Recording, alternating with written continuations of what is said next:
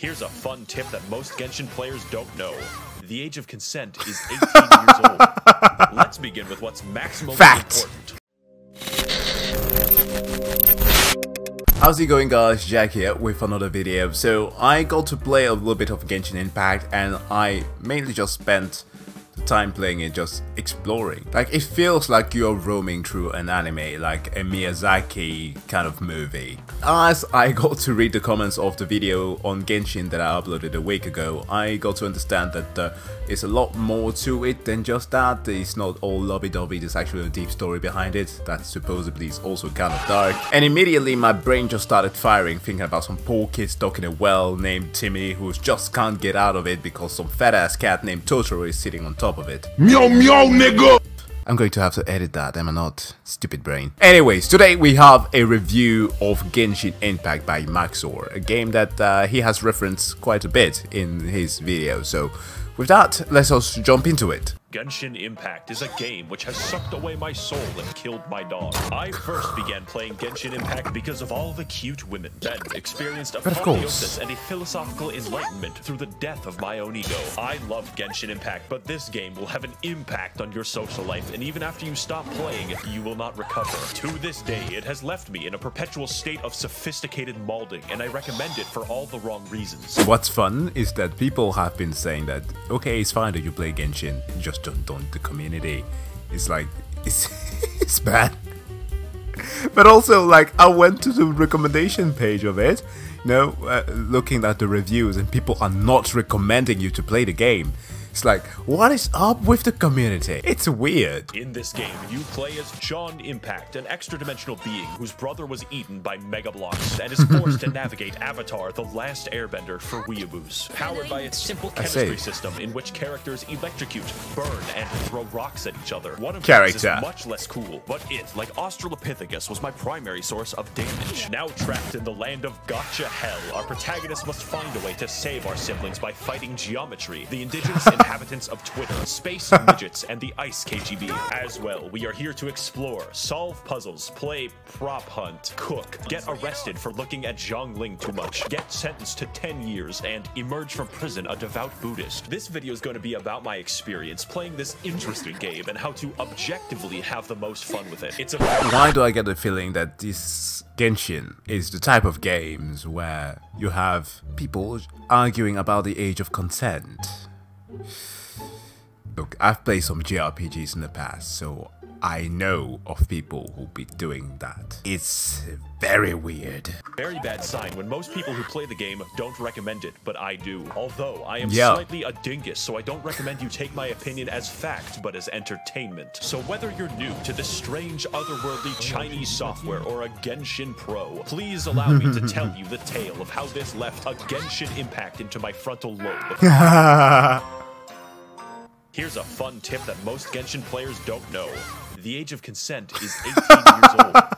Let's begin with what's maximally important. Not the gameplay, not the story, nor anything you would typically associate with a video game. Mommy The milkers. most important thing in this game is rolling dice to gain attractive people and then parading them around like a child on TLC. I do not exaggerate when I say this is probably what attracted most people to this game. If you want an example, Lisa is a character who continually refers to herself as One-sama and sounds like she is at all times on the verge of sex. I received her after completing a quest and then decided that I would use Lisa exclusively to do rock climbing. That way, I could repeatedly hear her oddly enthusiastic moaning for the next 10 hours of gameplay. I literally— Yes, the sex. We know. No, the thing is, like, I reacted to her character introduction and I got that very same feeling. Installed this game after downloading 60 images of Ganyu, since the official lore of the game specifies that she killed a monster after being eaten by it because her ass was so big it blocked his trachea and suffocated him to death. However, what? I don't have Ganyu, and I never will. You have a random chance to get characters, and that chance isn't high, 5.1% to be exact, and that's getting anyone, so if you want a particular character, get fucked. You could have your very first role be a high-level DPS character that carries you through the game with chimpanzee martial arts, or you could roll 3 useless small boys in a row and then desire death. it's a fucking guy. God damn it. It's a twink! Run! That could be deal breakers. The anti-cheat for this game is very strong and has ring 0 permissions on your kernel. This means that it can read and write memory at any location in your computer without seg faulting. I, however, am not afraid, since if Xi Jinping does harvest my computer's data, all he will find is 50 pages of Waluigi hentai. It's your loss. And yes, it does turn off when the game isn't. Why? Why, dude? So this review is going to include a guide on how to have fun, because, like real life, lusting after women causes suicidal depression. Step 1. Play as optimally as you want. Do not try to min-max shit, because RNGesus will snap your fucking neck. Do whatever is fun with whatever you have. In my case, I decided that I would roleplay as a violent misandrist and only play as women out of principle. Any men that I rolled would be locked at level 1 and made useful in the coal mines. It's simply not worth it for me to engage in combat if I cannot also yank it. Excuse me? The central point of the characters is that they are potential wives, and I am absolutely, definitely, 1000% secure in my masculinity. Okay, here's a hot take. If that is your desire to play a wife simulator in an RPG setting, why don't you play Evanical? Now you may be asking yourself, what the hell is that? Well, Evanical is a game from 2018, one that I found out a year later as I realized that there is a possibility to see adult content on Steam. Are you serious? Yes, I found out that late. Are you stupid or something? I was a saint some years ago. Really wasn't. You know, like, let me pull up the Steam page for it so you can see the description. Now here it says, in a world where the more a night... God, I can't read this. In a world where the more a knight achieves, the more wives he can obtain, a young man sets off on an adventure with lust in his heart. Walk the land, sail the seas, fly through the skies. Pause. It's a sex-seeking world-traveling RPG. I mean, if that is your forte, get there.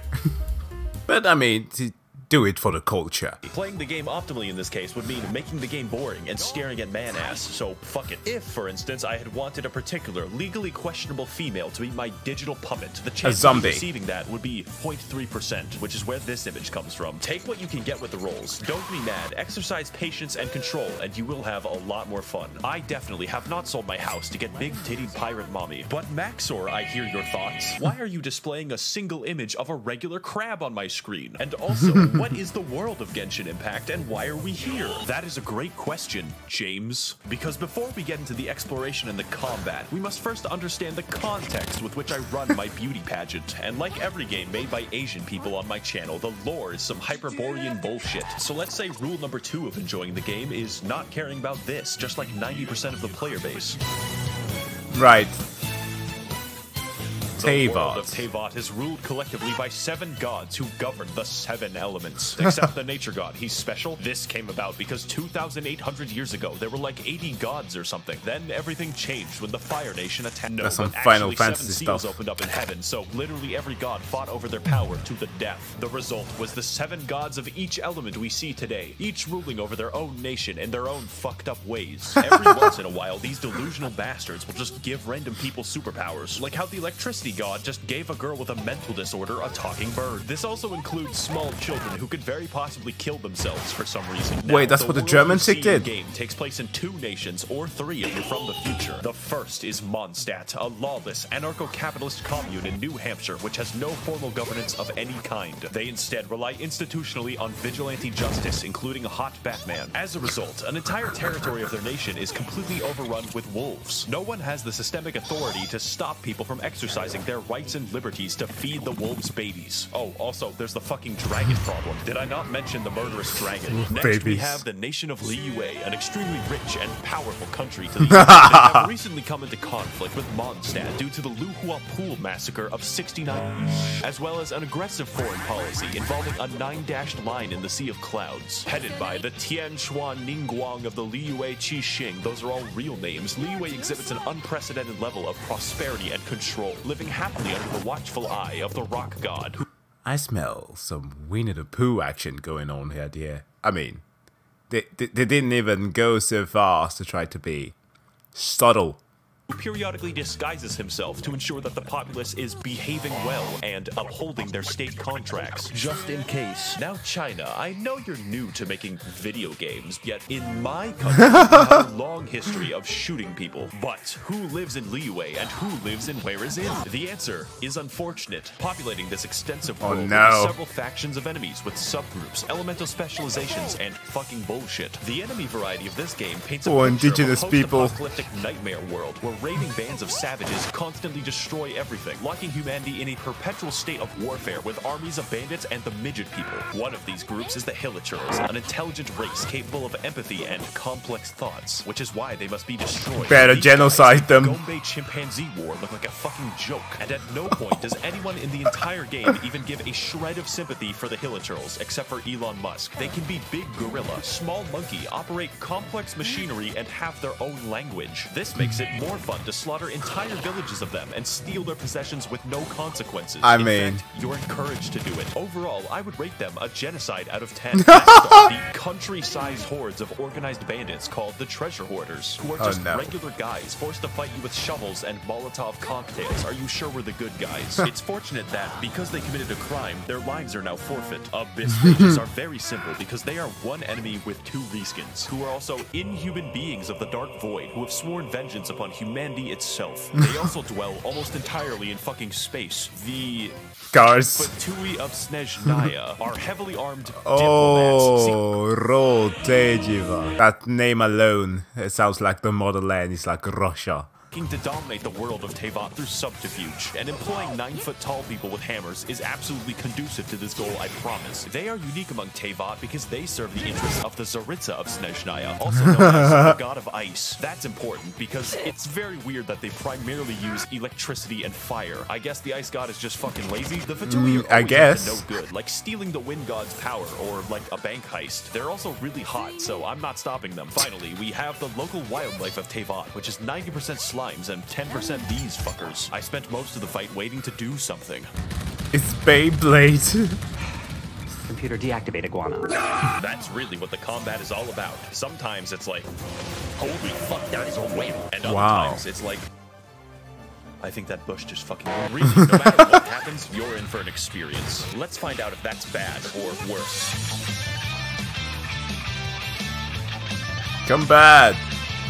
Shit getting intact is a game called Flow, where to maximize their power, the player why was that so funny? Their DPS character and everyone else. Rule number 3 of Genshin Impact: pick one. Nice your save. Team is comprised of your DPS baby, your heal support, your burst support, and moral support. Think of it like a train. You only need one engine and enough weight to kill Terry Davis. Now, like everything, characters have elemental alignments, which, depending on the enemy, can ruin the game. My wife Barbara could heal me, but in the process, must make everyone wet, which makes us a proverbial bathtub, which enemies will then catapult toasters into for massive damage. It's a fucking blast. You feel like a chemistry professor gone rogue, using the elements to his advantage and then blowing himself up in the process. Unless your DPS uses rocks, in which case, you know, just watch, I guess. Everything is elements, and everyone has an elemental skill and alignment. Unless you're the nature god, who has no characters. Some are bad, and others are very bad. But many are completely game-changing, like how Beto's elemental skill adds a parry mechanic to the game, or how Ningguang invalidates all ranged enemies. The combat is definitely its strength, and is an experiment in how bad you can craft or psychotic it's not stupid if it works. and hopefully create a moving ball of destruction strong enough to kill God. To extend this concept, every character uses one of 5 unique weapon classes, such as Mongolian, Controller Erosion, the Waiting Game, Egg Catapults, and the Speed Demon. So be careful with who you choose and what weapons they— oh wait, no, it's random, get fun. Now, this would all be excellent gameplay if it didn't sometimes amount to throwing 2 sponges at each other. Enemies scale to the level, and generally health is not hard to come by. So depending on your investment, some enemies could take minutes to kill. This all amounts to making the classic video game build, the tank, entirely useless. You don't need a tank because you will be switching to your DPS anyways, who is a tank against your will. Health is literally always a shackle and a curse. That is, of course, unless you're playing Barbara, whose healing scales only off of health, making her tankier than Tien. Let's go over an example party to give you some idea of the insanity. Yo, that Tineman joke would have hit so good. But yeah. Careful there. It is optimal in most of my combat scenarios to cause forest fires by throwing a spicy bear. Why? Well, it's obvious. My DPS Beto can parry anything, which includes the heat of fire. Or how about Ningguang, who spawns a wall inside of enemies like it's Gary's mod? We just do it to piss them off. Did I also mention you can invite your insane Discord stalker to play co-op with you? The co-op is fully functional. Hello, Max. I made a mistake. This isn't even going into the complicated system by which you customize artifacts, upgrade your weapon, and level your character's talents, because that's boring. It can be made especially boring when you have to pick 30 mushrooms to do it, but you know, here we are. That leads me to my next point. You're gonna have to explore for those mushrooms. And that sounds bad, but it's actually the best part. Get ready for some cross-country gaming, because we literally have a lot of ground to cover. So rule number 4 of Genshin Impact is that if you see something, just go.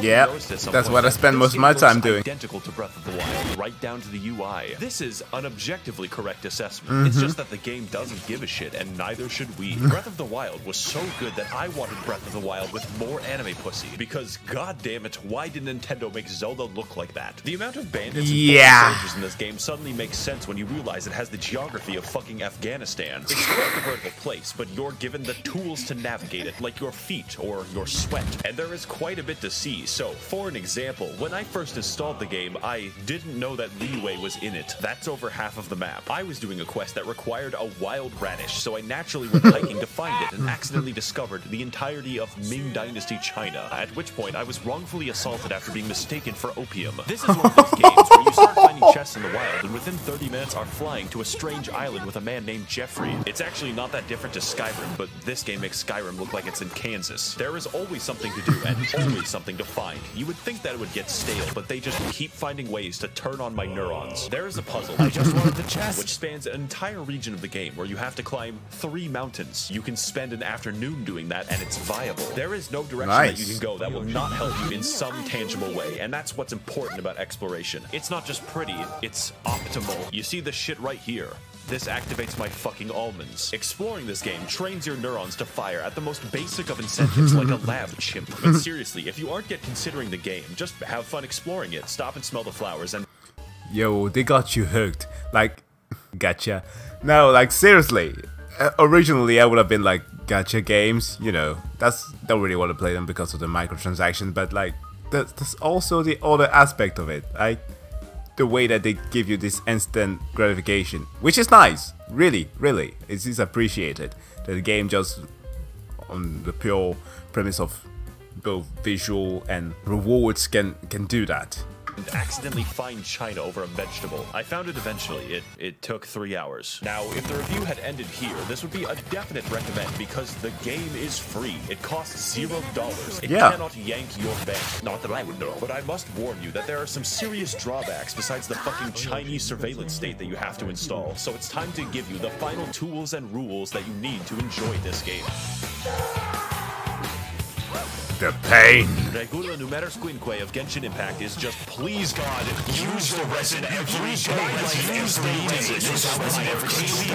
So to explain that, you have to understand that this game works by mostly giving you what you want when you seek it out. Unless it's crit damage. So you don't end up mindlessly slogging for 10 hours a day for a single goddamn Warframe chassis. But there is a catch. When it comes to grinding, there is a clever way to make sure that you can't trivialize the entire game, which is that the game just stops you. You expend resin when you kill a boss, want money, want XP, want artifacts, want to live, want to see my daughter again, pretty much anything. And if you have no resin, well, better wait. God will collect his existence tax and you will fucking pay. Even if you live in Mondstadt, the IRS is an eternal fixture of the universe. And although it's nice to have fair guarantees for artifacts, it has the unique side effect of stopping the game from being played. You get 160 a day, and for reference, you spend 40 for boss loot, so good luck. And if you thought that... I mean, isn't that a good thing, somewhat?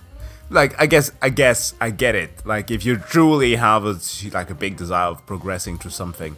But I guess, like, if you want to experience other things in between, then I guess it gives you the time to do that. Yeah, I haven't been too much into the MMORPG genre in a while, so that's why I'm not too clingy to playing competitively. Last one that I got was World of Warcraft, and also the aforementioned Warframe there. But again, yeah, not really too deep into it anymore. So was bad. Get ready for rule 6, which is, yeah, you gotta do the daily quests. We Genshin players are always hard at work on the daily dopamine farms, putting in that grind so that we can have a 4-star object every 20 days. It really makes a man wonder why we bothered with making murder illegal in the first place. Thank you, Kane. This game can give you a lot if you decide to commit yourself to it, but if you don't, you will be scraping for crack crystals in a back alley, maybe make a YouTube video. That alone is probably enough to discourage most people. I thought I was going to be one of those people until I realized that I liked the game. Stockholm Syndrome is actually cool. And for our final rule, you don't want to play with English voices. Set it to literally any other language except English. Now, the voice work isn't horrendous, but it doesn't sound like the dialogue was actually written for English, and the translation is fucking hilarious. The wolves frighten him so badly that he's paralyzed with fear. We've looked everywhere and haven't seen any of them. So do what I do and play in Japanese, then switch the game to Chinese whenever you're in Liyue for maximal immersion. Dear Mr. Shi, please send missiles to liberate my country from the yoke of capitalism. Now that you're armed with what you need, should you play the game? Only if you have self-control. It's not worth it to spend money on the game. I'm serious, and that's why you should give me your money so I can spend it responsibly. Remember, the game is free, and so is the porn. I would like to thank the kind Chinese billionaires and international arms dealers of the max0r Patreon for funding my hopeless and deadly addictions. If you would like to Rule 34. It is within your reach. Naxalite Maoism, you can head to the description to learn more. Thank you all for watching and waiting, and of course, your IP address has already been traced. Alright, if I wasn't already convinced, I am now. No, Genshin is definitely a game that I will be playing in my free time, like whenever I can. Yeah, I don't want to get into the type of being addicted to a game now. That's not happening. Not again. But guys, yeah, this has been max0r's review of Genshin Impact, a game that, remember, the age of consent is 18. With that said though, I wish you all a wonderful day. If you liked the video, you know what to do. Hit that like and also subscribe button. There are a bunch of other videos that has been uploaded recently. Please check them out if you want to have some more fun. And with that said though, I wish you all a wonderful day. See you guys in the next one. Bye.